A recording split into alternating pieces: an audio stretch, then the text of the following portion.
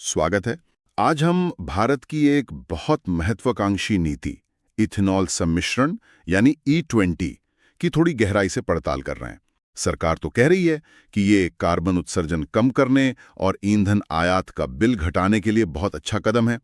और देखिए, E20 लक्ष्य समय से 5 साल पहले हासिल भी कर लिया गया है, जो एक बड़ी उपलब्धि बताई जा रही है। लेकिन हमारे पास जो स्रोत हैं आज, वो एक थोड़ी अलग कहानी बता रहे हैं। उनमें इस नीति के आप कह सकते हैं जल्दबाजी में लागू होने, आम लोगों पर इसके असर और ये सवाल भी कि क्या इसमें कॉरपोरेट और राजनीतिक हितों को ज्यादा ध्यान में रखा गया है। तो आज कोशिश यही रहेगी कि इन आलोचनाओं और नीति के अलग-अलग पहलुओं को समझें, जैसा इन स्रोतों में दिया गया है। बिल्कुल। ये स्रोत असल में एक बुनियादी तनाव दिखाते हैं।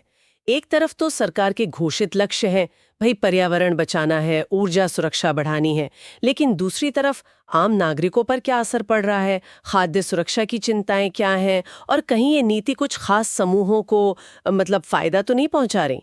ये दस्तावेज ये भी दिखाते हैं कि 2014 के बाद जो आक्रामक नीति अपनाई गई, वो पहले के ज्यादा सतर्क रवैये से कितनी अलग है। अच्छा, तो चलिए शुरू करते हैं सबसे पहली चिंता से, जो इन स्रोतों में है, गाड़ियों पर असर। खासकर इंजन के क्षरण मतलब कोरोजन का जो खतरा बताया गया है, सुनने में तो काफी गंभीर लगता है। हाँ, ये एक बड़ी चिंता है, इसमें कोई शक नहीं। बताया गया है कि इथेनॉल पेट्रोल के मुकाबले ज्यादा कोरोसिव होता है, मतलब संक्षारक। हाँ। और इसका असर खास तौर पर उन पुरानी गाड़ियों पर पड़ सकता है जो ज्यादा इथेनॉल वाले ईंधन के लिए क्या कहते हैं डिजाइन ही नहीं की गई थी। मतलब जो नॉन कंप्लायंट है। हाँ बिल्कुल। वो वाहन जो खास तौर पर E20 जैसे मिश्रण के लिए तैयार या प्रमाणित नहीं है, स्रोत बताते हैं। और इसमें हीरो मोटोकॉर्प और टीवीएस जैसे बड़े निर्माताओं का भी जिक्र है कि E20 ईंधन ऐसी गाड़ियों में रबर के पुर्जे, प्लास्टिक पार्ट्स, गैस्केट, ओर रिंग, फ्यूल ट्यूब्स, इन सबको नुकसान पहुंचा सकता है। और ये खतरा उन ज्यादातर गाड़ियों के लिए है जो 2023 से पहले बनी थी। और गाड़ी चलाने के अनुभव पर क्या असर है, मतलब परफॉर्मेंस कैसा है, क्या लोगों के अपने अनुभव इन स्रोतों में शामिल हैं? क्योंकि दिन के आखिर में तो यही मायने रखता है ना कि गाड़ी चल कैसे रही है ना? हाँ बिल्कुल। देश भर से लोगों के अनुभव इसमें दर्ज किए गए हैं। जैसे केरल में एक बलेनो मालिक ने बताया कि E20 पर जाने के बाद माइलेज लगातार गिरता गया। अच्छा। चेन्नई में एक ब्रेजा मालिक ने कहा कि उनका माइलेज 17-18 किलोमीटर प्रति लीटर से घटकर करीब 14 रह गया और पिकअप भी सुस्त लगा। तो स्रोतों का कहना है कि ये अनुभव सरकार के उन आश्वासनों से मेल नहीं खाते जिनमें कहा गया था कि माइलेज पर असर अगर होगा भी तो मामूली सा होगा। ये तो किसी भी गाड़ी मालिक के लिए एक बड़ा झटका हो सकता है। हाँ, ये एक बड़ा मुद्दा बनकर उभरा है। रिपोर्ट्स ये बता रही हैं कि बीमा कंपनियां इथेनॉल मिले ईंधन से हुए नुकसान के दावों को मतलब कथित तौर पर मना कर रही हैं। हाँ, पॉलिसी बाजार के एक अधिकारी का हवाला दिया गया है, जिनके मुताबिक भारत में जो स्टैंडर्ड बीमा पॉलिसी हैं, वो नॉन कंप्लायंट ईंधन के इस्तेमाल से होने वाले नुकसान को कवर नहीं करती। यहाँ तक कि जो एड ऑन पॉलिसीज होती हैं, वे भी अपनी शर्तों के आधार पर क्लेम मना कर सकती हैं। तो मतलब स्थिति कुछ ऐसी बन रही है कि लोग अनजाने में, क्योंकि सरकार ने अनिवार्य किया है, वो ईंधन इस्तेमाल कर रहे हैं, और अगर उससे गाड़ी खराब हो जाए तो खर्चा अपनी जेब से जाएगा, बीमा शायद कवर न करे। स्रोतों के मुताबिक तो तस्वीर कुछ ऐसी ही नजर आती है। और एक और बात जो इसे मुश्किल बनाती है, वो ये है कि अमेरिका और यूरोपियन यूनियन में तो पंपों पर साफ लिखा होता है कि कितना इथेनॉल है, और बिना इथेनॉल वाला पेट्रोल भी मिलता है। अच्छा, वहाँ विकल्प है। हाँ, वहाँ ग्राहक को पता होता है कि वो क्या ले रहा है, उसके पास विकल्प है। यहाँ भारत में अक्सर पंपों पर ऐसी स्पष्ट लेबलिंग और इथेनॉल मुक्त पेट्रोल यानी E0 का विकल्प नहीं मिलता। तो पारदर्शिता की कमी है, जिससे ग्राहक सही फैसला नहीं ले पाता। समझ गया। तो एक तरफ इंजन के नुकसान का खतरा, बीमा कवर न मिलने की संभावना, और साथ ही सीधा असर आम आदमी की जेब पर भी। ईंधन खर्च के बारे में ये स्रोत क्या बताते हैं? क्योंकि माइलेज कम होगा तो जाहिर है खर्चा बढ़ेगा। बिल्कुल सही कहा आपने। इथेनॉल की जो ऊर्जा घनत्व है, एनर्जी डेंसिटी जिसे कहते हैं, वो पेट्रोल से कम होती है। सीधे शब्दों में कहें तो 1 लीटर E20 पेट्रोल से गाड़ी उतनी दूर नहीं जाती जितनी 1 लीटर शुद्ध पेट्रोल से जाती। तो माइलेज कम हो गया। हाँ, नतीजा माइलेज कम हो जाता है, और फिर लोगों को उतनी ही दूरी तय करने के लिए ज्यादा ईंधन खरीदना पड़ता है। हैदराबाद के एक छात्र का उदाहरण दिया गया है, जिसका महीने का पेट्रोल खर्च करीब 1000 रुपए से बढ़कर 1600 रुपए हो गया, जबकि वो चल लगभग उतना ही रहा था। बाप रे, काफी ज्यादा ये तो। हाँ, और एक रॉयल एनफील्ड मालिक का खर्च 1400 रुपए से 2100 रुपए तक पहुंच गया। तो ये उन लोगों के लिए एक बड़ा बोझ है जो पहले ही महंगाई से जूझ रहे हैं। और क्या अपनी गाड़ियों को E20 संगत मतलब कंप्लायंट बनाने के लिए भी लोगों को अलग से जेब ढीली करनी पड़ रही है? हाँ, इसकी भी संभावना जताई गई है। मारुति सुजुकी का जिक्र है कि वो शायद 6000 रुपए तक की E20 किट लाने की योजना बना रही हैं। बजाज की तरफ से सलाह है कि हर टैंक पर करीब 100 रुपए का फ्यूल क्लीनर इस्तेमाल करें। तो स्रोत इसे एक तरह से छिपा हुआ टैक्स कह रहे हैं। मतलब नीति लागू करने का खर्च सरकार या उद्योग नहीं बल्कि ग्राहक उठा रहा है। लेकिन शुरुआत में तो ये भी कहा गया था, या कम से कम ऐसा संकेत दिया गया था, कि इथेनॉल मिलाने से पेट्रोल सस्ता होगा। उस दावे का क्या हुआ? ये एक और बहुत अहम बिंदु है। स्रोतों का यही कहना है कि सरकार ने शुरू में ऐसा आभास दिया था कि इथेनॉल मिलाने से कीमतें कम होंगी, लेकिन अब सरकार खुद मान रही है कि इथेनॉल खरीदने की लागत इतनी बढ़ गई है कि इथेनॉल की औसत कीमत रिफाइंड पेट्रोल से ज्यादा है। अच्छा, तो इथेनॉल अब महंगा पड़ रहा है। हाँ, औसत कीमत ज्यादा है। इसके बावजूद जो तेल बेचने वाली कंपनियां हैं OMCs, उन्होंने ग्राहकों को कोई बचत नहीं दी है। अगर कोई संभावित बचत थी भी तो इससे सवाल उठता है कि इस पूरे कार्यक्रम से असल में फायदा किसे हो रहा है। और वो जो एक बड़ा दावा है कि 2014 से अब तक 1.44 लाख करोड़ की विदेशी मुद्रा बचाई गई है इथेनॉल की वजह से, उसके बारे में इन रिपोर्ट्स में क्या कहा गया है? उस दावे की सटीकता पर भी सवाल उठाए गए हैं। तर्क ये दिया जा रहा है कि ये गणना करते समय शायद कुछ चीजें नजरअंदाज कर दी गई हैं, जैसे इथेनॉल उत्पादकों को जो भारी सब्सिडी और प्रोत्साहन दिए जा रहे हैं, या फिर गाड़ियों को जो नुकसान हो रहा है उसकी लागत, और खाने की चीजों की बढ़ी हुई कीमतों का अर्थव्यवस्था पर जो असर पड़ रहा है। तो हो सकता है कि कार्यक्रम के जो शुद्ध आर्थिक लाभ है उन्हें बढ़ा चढ़ाकर दिखाया जा रहा हो। तो हमने देखा कि ग्राहकों पर सीधा असर है, जेब पर बोझ बढ़ रहा है। लेकिन स्रोत एक और बड़ी चिंता की तरफ इशारा करते हैं, जिसका असर शायद और भी दूर तक जाए, कि ये इथेनॉल आ कहां से रहा है।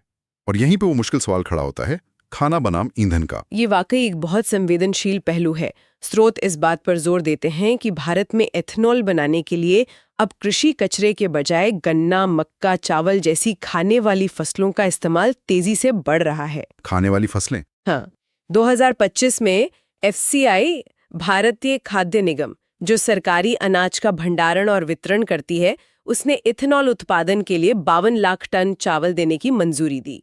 ये वो चावल था जो असल में गरीबों को सब्सिडी पर बांटा जाना था।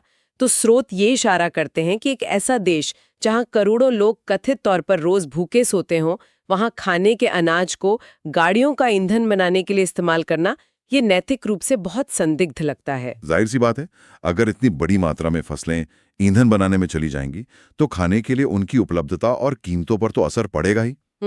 कृषि बाजार पर क्या प्रभाव पड़ा है? हाँ, असर तो साफ दिख रहा है। एथेनॉल नीति ने कृषि बाजारों को काफी हद तक बदल दिया है।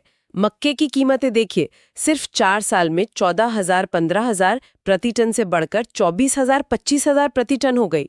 बाप रे! उत्तर प्रदेश और बिहार में तो ये बढ़ोतरियां और भी तेज रही, जहां कीमतें 1200 रुपए से बढ़कर 2800 रुपए प्रति क्विंटल तक पहुंच गई। हाँ, इससे कुछ किसानों को फायदा जरूर हुआ होगा, लेकिन पोल्ट्री उद्योग जैसे क्षेत्र जो चारे के लिए मक्के पर बहुत निर्भर है, वो बुरी तरह प्रभावित हुए हैं।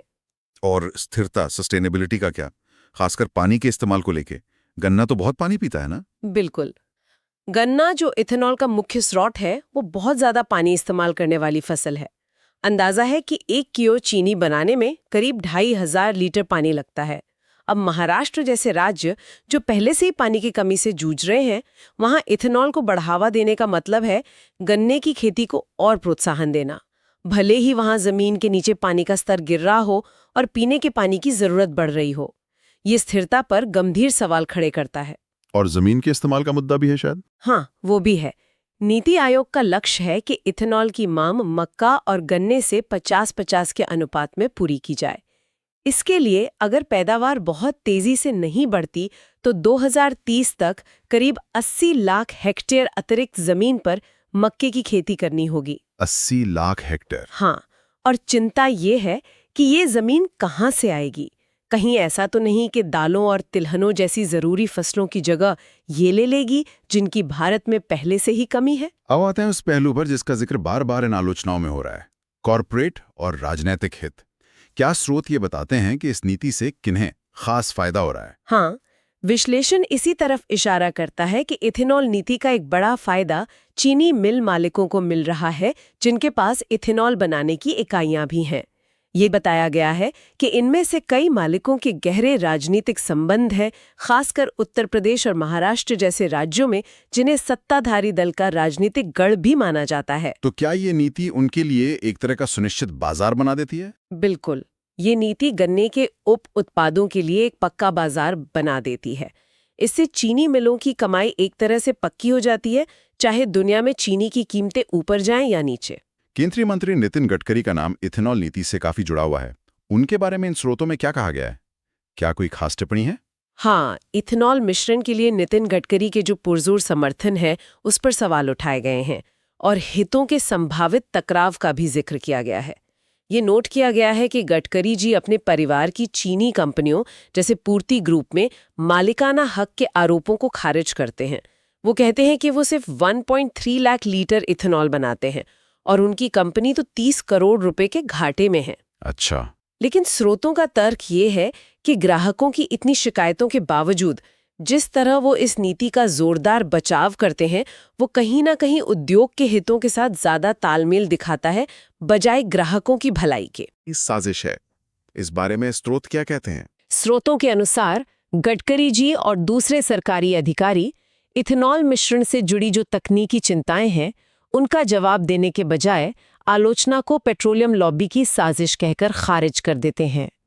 इसे एक तरह से ग्राहकों की जायज शिकायतों को कॉर्पोरेट चालबाजी बताने की कोशिश माना गया है, ताकि असल मुद्दों पर बात करने से बचा जा सके। ब्राजील का उदाहरण भी तो अक्सर दिया जाता है कि देखिए वहां इथेनॉल मिश्रण कितना सफल है। हाँ, और स्रोत बताते हैं कि ब्राजील के E27 ईंधन की सफलता का हवाला देना शायद थोड़ा भ्रामक हो सकता है।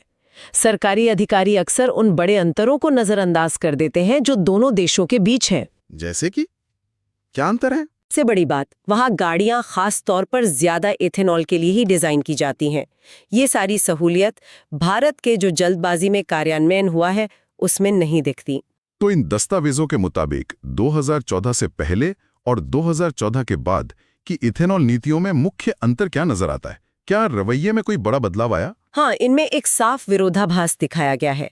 2014 से पहले, मतलब यूपीए सरकार के समय, रवैया ज्यादा सतर्क था, चरणबद्ध था, धीरे धीरे आगे बढ़ने वाला था।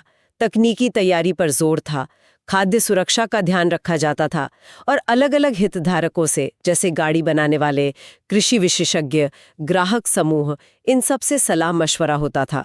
इथेनॉल मिश्रण को एक बड़ी नवीकरणीय ऊर्जा रणनीति का सिर्फ एक हिस्सा माना जाता था। और 2014 के बाद क्या बदला? 2014 के बाद मोदी सरकार के तहत रवैया एकदम तेज हो गया, लक्ष्य आधारित हो गया, जैसे E20 लक्ष्य समय से 5 साल पहले हासिल करना और ज्यादा आक्रामक भी। स्रोतों का तर्क है कि नीति को गाड़ियों की तैयारी से पहले ही लागू कर दिया गया, चिंताओं को लॉबी की साजिश कहकर नजरअंदाज किया गया और खाने वाली फसलों का इस्तेमाल ईंधन के लिए जोर शोर से होने लगा। इथेनॉल एकदम से ऊर्जा नीति के केंद्र में आ गया और आलोचनाओं का जवाब देने के लिए राष्ट्रवादी तर्कों का भी इस्तेमाल किया गया, जैसे कि ये भारत के विकास के खिलाफ है। तो क्या इसका मतलब ये निकाला जा सकता है कि प्राथमिकताएं बदल गईं? मतलब सबूतों पर आधारित नीति से हटकर विचारधारा या शायद खास हितों से प्रेरित कार्यान्वयन की तरफ? स्रोतों का इशारा तो इसी तरफ है। वे मानते हैं कि राजनीतिक दिखावे और कथित कॉर्पोरेट हितों को शायद तकनीकी जरूरतों और ग्राहकों की सुरक्षा पर तरजीह दी गई, और इथेनॉल मिश्रण इसका एक बड़ा उदाहरण बनकर उभरा है। जहां पहले सावधानी और सलाह-मशवरा था, वहीं बाद में रफ्तार और लक्ष्य हासिल करने पर इतना जोर दिया गया कि शायद उसके कुछ नकारात्मक नतीजों को अनदेखा कर दिया गया। तो इन सब बातों का निचोड़ क्या निकलता है? इस पूरी पड़ताल के बाद इन स्रोतों का मुख्य निष्कर्ष क्या है? निचोड़ यही है कि भारत का जो इथेनॉल मिश्रण कार्यक्रम है, चाहे उसके इरादे कितने भी अच्छे क्यों न रहे हो, उसे ठीक से लागू नहीं किया गया है। इन रिपोर्ट्स के अनुसार ये नीति राजनीतिक सुर्खियां बटोरने और कॉरपोरेट हितों को साधने में ज्यादा लगी रही, बजाय इसके कि व्यावहारिक समाधान निकाले जाएं और ग्राहकों की सुरक्षा की जाए। ये सैद्धांतिक फायदों पर ज्यादा जोर देती है, जबकि जमीनी हकीकत में जो नकारात्मक प्रभाव दिख रहे हैं उन्हें नजरअंदाज करती है। माना गया है कि सरकार को जायज चिंताओं को सिर्फ पेट्रोलियम लॉबी की साजिश कहकर खारिज नहीं करना चाहिए, बल्कि ज्यादा पारदर्शी और संतुलित रवैया अपनाना चाहिए। क्या इन आलोचनाओं के साथ कुछ ठोस सुझाव भी दिए गए हैं? क्योंकि सिर्फ समस्याएं बताना तो काफी नहीं है, समाधान भी जरूरी है। हाँ बिल्कुल, कई सुधार सुझाए गए हैं। पहला, पुरानी गाड़ियों के मालिकों के लिए पेट्रोल पंपों पर बिना इथेनॉल वाला यानी E0 पेट्रोल का विकल्प हमेशा मौजूद रखना चाहिए। हाँ, ये जरूरी लगता है। दूसरा, पंपों पर साफ तौर पर लेबल लगाना अनिवार्य करना कि पेट्रोल में कितना इथेनॉल है, ताकि ग्राहक को पता हो। तीसरा, अगर सरकार द्वारा अनिवार्य किए गए ईंधन से गाड़ी खराब होती है तो बीमा सुरक्षा सुनिश्चित करना। चौथा, खाने वाली फसलों को ईंधन बनाने के लिए इस्तेमाल करने पर सख्त नियम लगाना। और पांचवां, दूसरी पीढ़ी के जैव ईंधन यानी सेकेंड जनरेशन बायोफ्यूल में ज्यादा निवेश करना, जो खाने की सप्लाई से मुकाबला नहीं करते, जैसे कि कृषि कचरे से बनने वाला ईंधन। तो आज की चर्चा से ये स्पष्ट है, जैसा कि इन स्रोतों से पता चलता है, कि इथेनॉल नीति एक वाकई बहुत पेचीदा मुद्दा है। इसके कई पहलू हैं जिन पर बहुत सावधानी से सोचने की जरूरत है। ये सिर्फ एक तकनीकी या पर्यावरण नीति नहीं है, बल्कि इसके गहरे सामाजिक और आर्थिक प्रभाव हैं, खासकर आम नागरिकों पर। बिल्कुल।